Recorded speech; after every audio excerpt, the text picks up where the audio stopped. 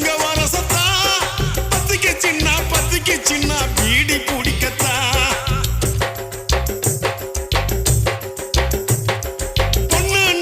பொண்ணுனாக்கா புருஷானைக்கத்தா இல்லைனாக்கா ஏது உலகந்தா அத்தை பெத்த சிட்டு நீ ஒத்த கொழா விட்டு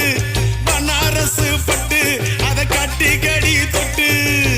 கட்டுனா கட்டு